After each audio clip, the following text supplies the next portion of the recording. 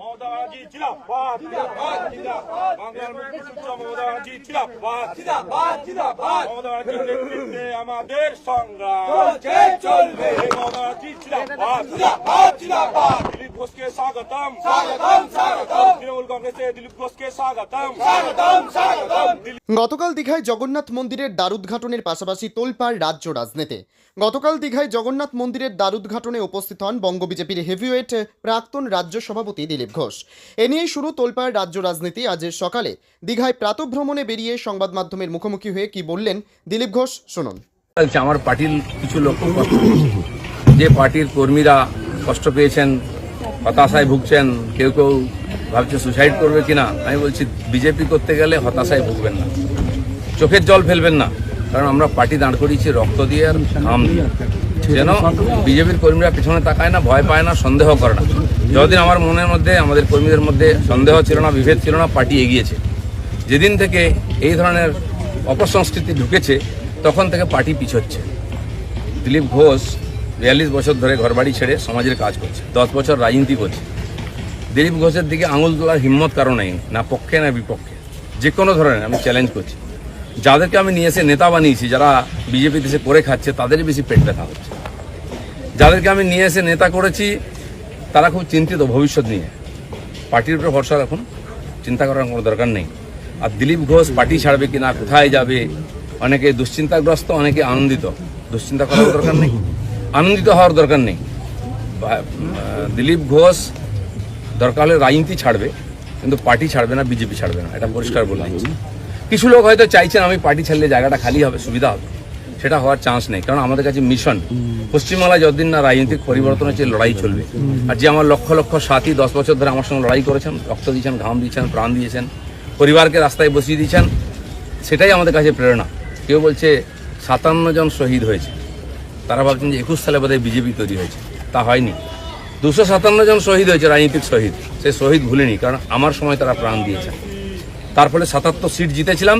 আজকে 1 dozen MLA আমাদের ছেড়ে চলে গেছে, এমপি চলে যাচ্ছে, পঞ্চায়েত, জেলা পরিষদ সমিতি চলে যাচ্ছে। কিন্তু আমি বলছি আমাদের বিচারধারা, আমাদের রাস্তা ঠিক আছে। ঘাবড়াবেন না, ভয় পাবেন না। বিজেপি ভয় পায় না বলে ভারতবর্ষে পরিবর্তন করতে পেরেছে। আমরা সেই পার্টির সংস্কৃতি মানি যে পার্টির প্রধানমন্ত্রী অটল বিহারী বাজপেয়ী কালীঘাটে গিয়ে মমতা ব্যানার্জির মায়ের পায়ে হাত দিয়ে প্রণাম করেছিলেন। আমরা সেই সংস্কৃতির লোক। মমতা ব্যানার্জি তখন আমাদের সঙ্গে ছিলেন, আর অন্যদিকে চলে গেছেন, শত্রু হয়ে গেছেন, এটা আমি মনে করি না। রাজনীতি আমার কোনো শত্রু নেই, আমি সবাইকে মিত্র করার চেষ্টা করি। আর মিত্র করেছি বলে ভারতীয় জনতা পার্টি এত বড় হয়েছে। অন্য পার্টির বহু নেতা এসে পার্টির নেতৃত্ব করছেন। তো সেই জন্য আমরা সেই সংস্কৃতির লোক, সেই পার্টির কর্মী যে পার্টির প্রধানমন্ত্রী অটল বিহারী বাজপেয়ী শান্তির বার্তা নিয়ে বাসে চড়ে লাহোরে গেছিলেন, শত্রুর দেশে গেছিলেন, ঘোষিত শত্রু পাকিস্তান। প্রধানমন্ত্রীর সঙ্গে আলাপ করেছিলেন। ফিরে আসার পরে পাকিস্তান আক্রমণ করেছিল, কার্গিল যুদ্ধ হয়েছিল। অটল বিহারীর হাত কাঁপেনি, মিরাজ পাঠিয়ে দিয়ে, সেনা পাঠিয়ে দিয়ে সমস্ত বাংকার গুঁড়িয়ে দিয়েছিলেন। আমরা সেই সংস্কৃতি, এটা ভারতের সংস্কৃতি, এটা বিজেপি সংস্কৃতি। আমার প্রধানমন্ত্রী নরেন্দ্র মোদী, তিনি নওয়াজ শরীফের বাড়িতে বিয়েতে নেমন্ত্রণ রক্ষা করতে গেছিলেন, কোনো প্রোটোকল মানেননি, আশীর্বাদ করেছিলেন মেয়েকে। কিন্তু তারপরে পাঠানকোট হয়েছিল, পুলওয়ামা হয়েছিল, কিন্তু নরেন্দ্র মোদী সার্জিক্যাল স্ট্রাইক করতে, এয়ার স্ট্রাইক করতে পিছিয়ে যাননি, কারণ এটাই বিজেপি, এটাই ভারতীয় সংস্কৃতি। সেজন্য আমরা যেন আমাদের পরিচিতি না ভুলে যাই। আমার পাড়ায় বিয়ে হচ্ছে টিএমসি নেতার বাড়িতে, সে টিএমসি করে বলে তার বাড়িতে আমি বিয়েতে যাব না। এই ধরনের জঘন্য নিম্ন রুচির রাজনীতি দিলীপ ঘোষ করে না, করবেও না, এটা আমি ঘৃণা করি। আমার বাড়ির জামাই যদি অন্য পার্টি করে, সেই মেয়ের বাড়ি আমি যাব না, এই রাজনীতি দিলীপ ঘোষ করে না, করবে না। যারা করতে চাইছে এটাকে, বিজেপি এই অপসংস্কৃতি আনতে চাইছে, তারা বিজেপি জানে না, তারা বিজেপি জানে না, তারা দিলীপ ঘোষকে চেনে না, এর পিছনে কত ত্যাগ তপস্যা আছে জানে না। যারা 21 সালে এসছে, 20 সালে বিজেপিতে এসছে না, তারা বিজেপি বুঝতে পারবে না। কেউ কেউ RSS দেখাচ্ছে, কেউ কেউ হিন্দুত্ব বোঝাচ্ছে। দিলীপ ঘোষকে হিন্দুত্ব বোঝাবেন না। আমার কাটলে গায়ে হিন্দুর রক্ত বেরোবে, বিজেপির রক্ত বেরোবে, বাকিদের গায়ে কী রক্ত? কে বড় বড় কথা কারা বলছে? যারা মমতা ব্যানার্জি আঁচলের তলায় থেকে নেতা হয়েছে। আরো বড় বড় কথা বলছে, অনেকে চরিত্রের কথা বলছে, যারা কালীঘাটের উচ্ছিষ্ট খেয়ে জীবন কাটিয়েছে, আজকে বিজেপির উচ্ছিষ্ট খেয়ে বেঁচে আছে, তারা দিলীপ ঘোষকে ক্যারেক্টার সার্টিফিকেট দিচ্ছে। যারা 4টে বিয়ে করে, 14টা গার্লফ্রেন্ড রাখে, রাত্রের জীবন একরকম, দিনের জীবন একরকম, তারা দিলীপ ঘোষকে ত্যাগী ভোগী বলছে। আহাম্মক, রাস্তায় দাঁড়িয়ে বলো, লোকে কি বলবে? দিলীপ ঘোষ আজকেও রাস্তায় দাঁড়িয়ে আছে, কালো দাঁড়িয়েছিল, আগামী দিনেও থাকবে। মানুষ জানে দিলীপ ঘোষ কি করেছে, দিলীপ ঘোষ কি। আমার মন আর মুখ এক।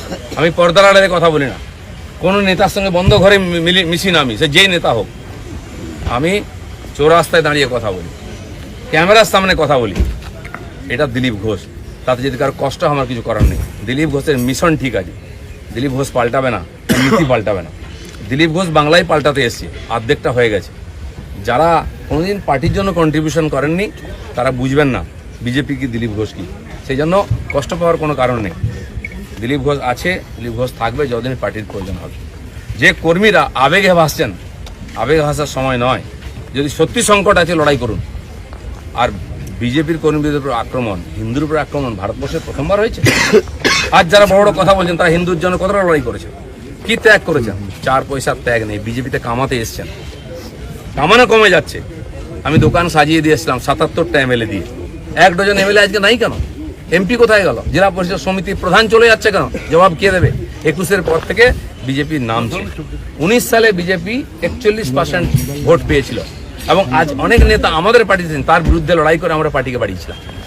অনেকে প্রশ্ন করছেন, 41% ভোট আর 121টা বিধানসভায় আমরা লিড নিয়েছিলাম। 5 বছর পরে 24 সালের ইলেকশনে সেই ভোট 39% নেমেছে আর 91টা বিধানসভায় আমরা লিড পেয়েছি। পার্টি এগোচ্ছে না পিছোচ্ছে? আমরা জিততে ভুলে গেছি 21 সালের পরে। প্রশ্ন করুন, পাবলিক প্রশ্ন করছে। দিলীপ ঘোষের এটাই প্রশ্ন আছে। যারা আমাকে প্রশ্ন করছেন আমি তাদের দিকে প্রশ্ন করছি। আপনারা তো নীতি শেখাচ্ছেন, রাজনীতি শেখাচ্ছেন, হিন্দুত্ব শেখাচ্ছেন, কি দিয়েছেন সমাজ? কেন পার্টি নেমে গেছে? 250 লোকের প্রাণের বিনিময়ে যে পার্টি দাঁড় করিয়েছিলাম সে পার্টি কোথায় আজকে? কেন হারছি আমরা? কেন লোকে চিৎকার করছে? আর এই দালালরা যেদিন থেকে পার্টিতে এসছে বিজেপির গন্ধও চলে গেছে, বিজেপির স্বাদও চলে গেছে। লোক বিজেপির ভরসা করতে পারছে না। তাই ভরসা ফিরিয়ে আনার জন্য লড়াই করুন, নাটক করবেন না। রক্ত দিয়েছি, আমরা ঘাম দিয়েছি, তারপরে মানুষের বিশ্বাস জিতেছি, মানুষের আশীর্বাদ জিতেছি। দিলীপ ঘোষের তো লড়াই জারি আছে। আপনারা ঠিক করুন কে কোন পার্টি থেকে লড়াই করবে। দিলীপ ঘোষ পার্টি পাল্টাতে আসেনি, পশ্চিমবাংলাকে পাল্টাতে এসেছে। ধন্যবাদ।